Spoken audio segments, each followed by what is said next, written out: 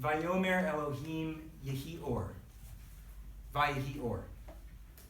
God said, let there be light. And there was light. Vayomer Elohim yikavu hamayim mitachat hashamayim el makom echad. V'tera'eh hayabasha. Vayehi chen. God said, let the water below the sky be gathered into one area, that dry land may appear. And it was so. A few minutes ago, our congregation chanted these words, the same words that have been read by the Jewish people for over 2,000 years. Generation after generation of Jews recounting our tradition's narrative of how the world was created. Almost every ancient culture has its own story of how the world came into being. The Babylonians, the ancient neighbors of the Israelites, believed that the world originated with water, and the gods arose out of the water when the sweet water and the salt water mixed. The Tlingit, they have their own creation story, that the raven received a frog skin from the seal, filled with sand. And the raven flew up into the air where the wind was blowing the strongest, and he cast the sand into the wind.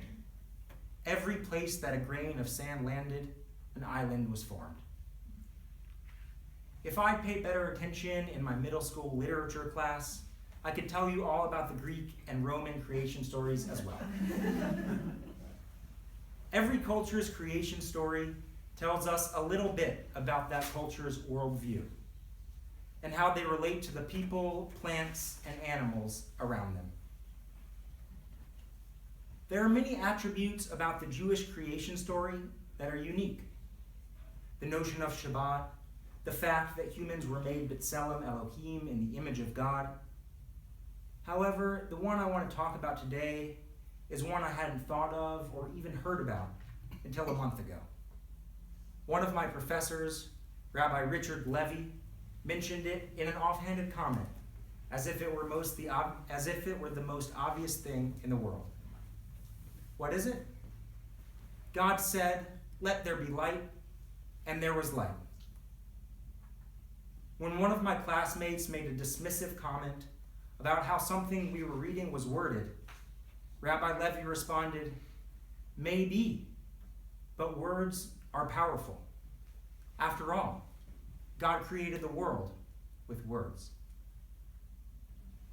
God created the world with words. God said, let there be light, and there was. But why does the Jewish tradition tell us that God used words to create the world? Wouldn't it have made just as much, if not more, sense to have just said, God created light, God created the seas and the animals and mankind? What is so important about words? I think the Torah is trying to show us the power of words. Sometimes we wish that our words were as powerful as God's. Like when we hope for a promotion, or when our car breaks, or when the internet goes out. If only we could say, my transmission is fixed, and it would be fixed. What a world that would be. But life does not have to be a State Farm commercial for our words to be powerful. Ask not what your country can do for you, but what you can do for your country. I have a dream.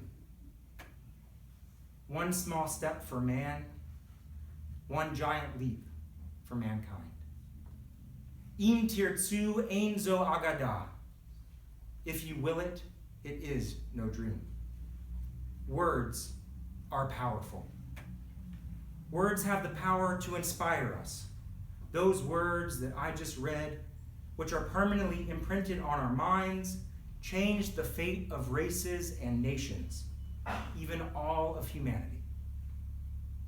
Words are powerful. Words make a difference.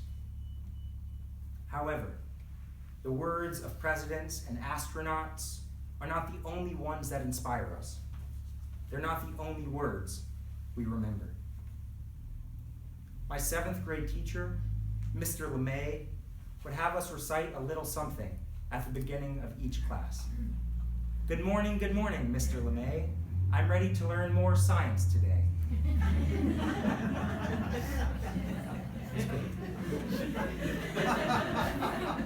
Why do I remember that? I don't know. It's not particularly meaningful, but it's catchy. And words have that power too. But the real powerful statement Mr. LeMay taught us wasn't the one that we recited together every morning, but the one he shared with us himself every Friday before we went home for the weekend. Tell your mama you love her. Sure, Mr. LeMay clearly knew the power of kitsch. He knew that by having us recite that catchy little rhyme at the beginning of class, we 13-year-olds who are focused on Pokemon cards or Nintendo or our hormones, really anything but science, we might actually focus on his class. But the power he really taught us was what those other words meant to our mothers. And isn't that really the most powerful power of all? The power to make other people feel good, feel loved. Words have the power to clothe us, to keep us warm, to make us feel safe. When someone tells us that we're good at art or math or that we're good at our job, we wear those words around like a pair of shiny new shoes, giving us quiet confidence in the steps that we take. Those of us that are lucky enough to have a partner or significant other wear their quiet, intimate words of affection like a heavy winter coat, keeping us warm, shielding us from the many elements in the outside world. And those of us who remember the very last time, a grandparent, a parent, a friend, or even a child, told us those words, I love you. We wear those words around our neck like a locket, kept close to our heart, a cherished keepsake that stays with us wherever we go. Our words are powerful. Our words make a difference. Unfortunately, not everyone uses the power of words to bring love into the world. We all remember last month in Charlottesville, Jews will not replace us. Just last week, the hashtag Burn the Synagogue was trending on Twitter after a St. Louis synagogue gave refuge to Black Lives Matter protesters. As we speak in Myanmar, the Buddhist majority is in the early stages of perpetrating an ethnic cleansing against the Muslim Rohingya minority.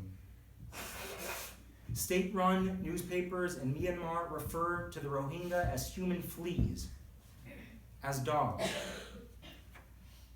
And the genocide in Rwanda started similarly, with radio and print propaganda repeatedly declaring the need to exterminate the Tutsi cockroaches. In the late 1920s, Joseph Goebbels, who had become the Nazis' chief propagandist, he wrote, "Sure, the Jew is a human being. None of us has ever doubted that. But a flea is also an animal, albeit an unpleasant one. Our duty is to make it harmless." Words can transform human beings, people's neighbors going back generations, into vermin, into pests that need to be exterminated. In this day and age, it seems more and more people are drawn to using the power of words to promote hatred and violence and division. But thankfully, our words are powerful. Our words make a difference. We can speak out against injustice, hatred, and ignorance. We may feel sometimes that as individuals we can't really change anything. But our words of truth and tolerance and love, with those we can change minds. Even with a Facebook post. You never know who may be on the fence, whose mind you might change with a few words of respect and tolerance on the internet. But getting out there, bringing your voice to the public and showing that there are people who care, who are willing to stand up for the right thing. That will make the biggest difference. And we're already doing it in this very community. Janice and Leah have been leading workshops to try to prevent and counter anti-Semitism. And I'm sure there are countless others as well. The thing is, if we don't speak out, when other groups are being targeted or disparaged, unfortunately the void will be filled by other, more sinister words. In the coming years, I fear that we'll have to assert the power of words for good more and more. But as we do, as we assert the power of our words in the public sphere, let us not forget the power of words on the people in our everyday lives. Just think about the difference that each of us could make if just once every day, just once, we could go out of our way to say something nice to one person. Who knows? They may really need our words. They may wear them around long after we forgot that we said them. Our words are powerful. Our words make a difference. The creation story that we just read in Genesis is not the only Jewish account for how the world came into being. There's a slightly different one based on a midrash, a rabbinic story, that was expanded upon by Kabbalah, the Jewish mystical tradition. In this account, before creation, God's presence filled the entire universe. God then contracted God's self, making room for darkness. When God said, "Let there be light," 10 holy vessels filled with the divine light were created. But those vessels were too fragile to contain that light, and they shattered, scattering divine sparks throughout the world. According to this story, according to this tradition, that's why God created humans, to gather those sparks to repair an imperfect and broken world. This story is the basis for the concept of tikkun olam, of repairing the world. So this year, let us work to gather the sparks. Let us repair the world using the godly power we were all given. This year, 5778, may our words matter. May our words make a difference. Shana Tova and Gamar Chatima Tova. Happy New Year, and may we all be inscribed in the book of life. Amen.